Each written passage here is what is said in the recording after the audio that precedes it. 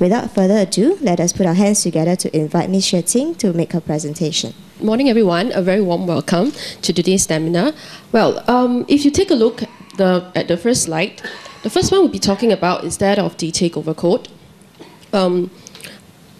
If you actually take a look at the Securities Industry Council website these days, for 2010, they do not actually have that many kind of cases for the purposes of case studies. So, well, the recent things that they put out online, and if you have been following up, is that of a public statement on the Parkway Holdings Limited. There was this takeover where there were two bidders for the Parkway Holdings Limited, which included the Integrated Healthcare and Fortis, to actually tell the shareholders whether they would be making the offer or not, instead of leaving things hanging in the air.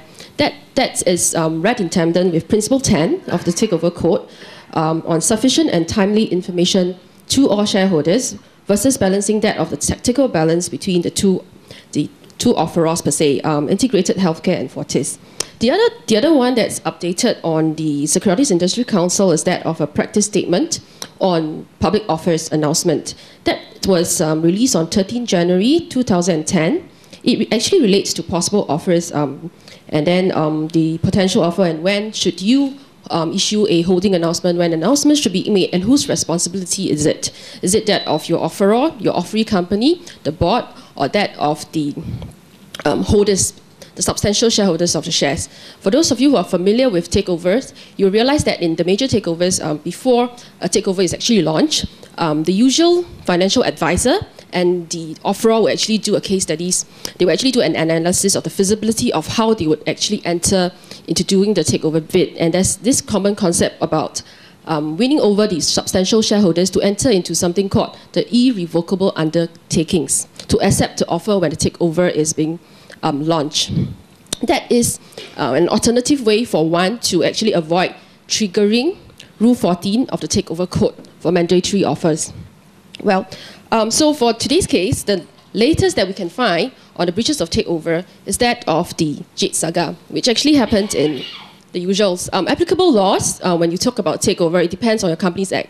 For instance, if your company, the LISCO, is incorporated in Singapore, your Securities Futures Act, if you're a LISCO in Singapore, competition law, your Singapore Code of Takeovers, Listing Manual, and the common law.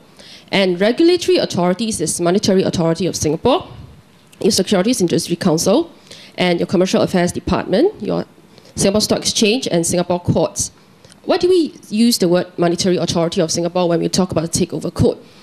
Insofar as Security Industry Council is concerned, the secretarial staff that they have is actually supported by MAS. The entire case of 87 pages from the hearing committee, you will realize that it's just distilled into these three principles.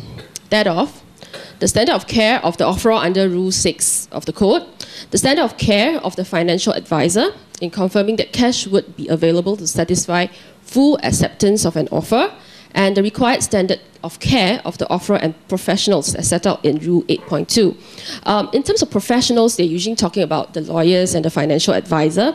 The comparison that we're drawing in this Jade Technologies case is a 2002 case called the Serial System Limited case, where in that particular case, the offeror was actually made to compensate all the affected shareholders who were prejudiced by the failure of his attempt to make a required general offer. In that case, what happened, briefly speaking, was that there was this, in the past, before the code was revised in 2002, that was in 2001, the threshold for mandatory offer was actually 25%. And how and whether it is actually advisable for them to proceed with any actions, if at all. Okay, well, on 4th April, the offeror wrote to the Jade board, and then they withdrew the offer, where SIC consented, because obviously there were certain breaches, and then SIC appointed a hearing committee. The main principles that were in breach they were looking at were that of the General Principle 6. For instance, it was talking about the offeror should announce an offer only after most careful consideration. In the market, you will see that sometimes when an offeror proceeds to, Rule 23 basically just states out the information that's required of offer document. Could I invite the panel members for the panel session, which is to follow after this? Thank you. So let us welcome our panelists, please. My question is, I think, directed to the lawyers. And there's this phrase that was repeated several times in the presentation about parties acting in concert. Thanks, David. Well, what I understand is that you're saying that besides the definition on the non-exhaustive list of the concept of parties acting in concert, what other factors that we actually encounter in practice when it comes to Securities Industry Council making a decision on whether a certain group of people actually falls under the parties acting in concert per se.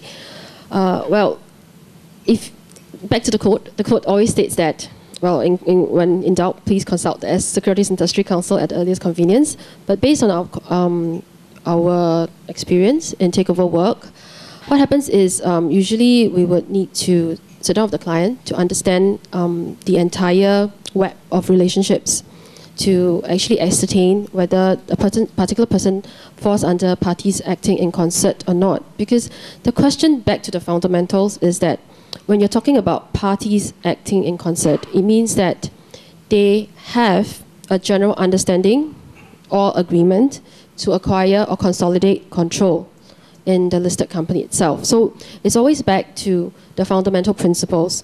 Although the code, the definitions section actually states about if you have a family relationship or you are known to have certain, for example, arrangements, then you're definitely a party acting in concert, or your subsidiary relationships. So, and then it's actually stated in the code that this is a non-exhaustive list. It is more difficult for a lawyer to advise you in general. It's very difficult to advise you in general. We have to look into the actual factual metric to see whether it's likely or unlikely to be party in concern. The usual stance that the position that the regulator takes, or from your experience, how is it like in general per se? So I do audit the regulators at SGX, and what we look for is not the content, but rather the consistency in the application of their rules, that the scope and content and the form and substance is also appropriately followed by my regulatory colleagues. So from the stance, as you mentioned, is as what our distinguished lawyers have already mentioned, it's very difficult to get them to talk about general, but everything is case specific, so we go into every case when we do audit them to look at, has the intent of the regulations that they are enforcing or cases referred to them, have they been consistently applied, right? And we share that role together with MAS, who also regulates my colleagues at, my regulatory colleagues at SGX, to see how that is consistently applied, which includes whistleblowing cases as well. Like OECD, increasingly looking at the aspect of risk management as part and parcel of the corporate governance. Would you have any things to share with us on how internal audit itself as a function could strengthen that aspect of risk management for an organization? Quite a few cases that's happening of late. And one of the things that have been on many people's mind is where were the internal auditors when all these things happen? Whenever things go wrong, whenever a risk happen, people ask where were the internal auditors. Now, in a perfect world where we have unlimited resources, internal auditors can be everywhere at all times, at all places, to look at everything. Unfortunately, in a practical world, we do have limited resources, just as any other corporate department, so we have to pick and choose. And this is where risk management come into play. And thereby the excitement or focus about risk management in today's world.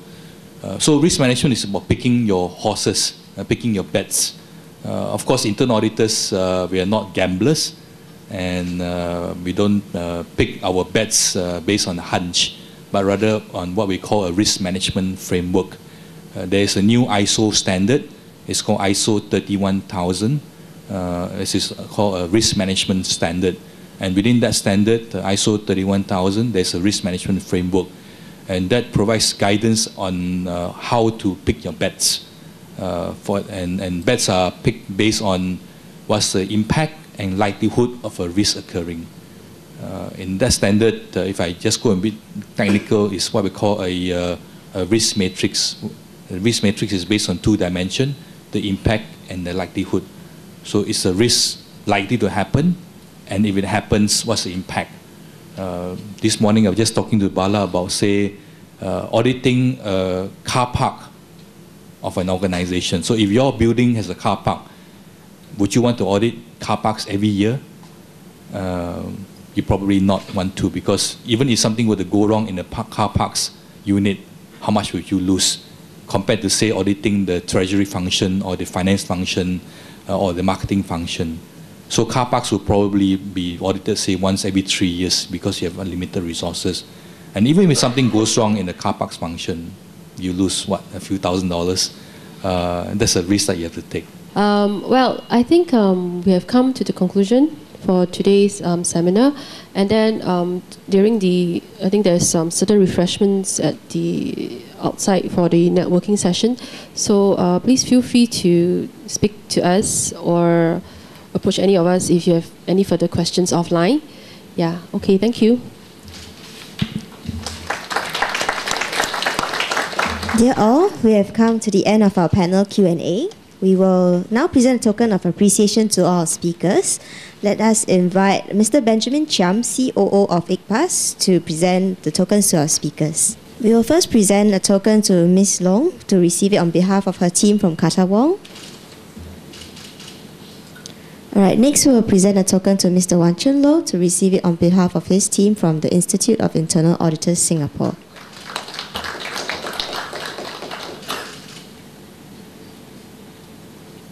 Thank you for taking the time off this morning to attend the seminar. We will now proceed to the tea break and networking session. Kindly fill up the evaluation forms and return them to ICPAS before you leave.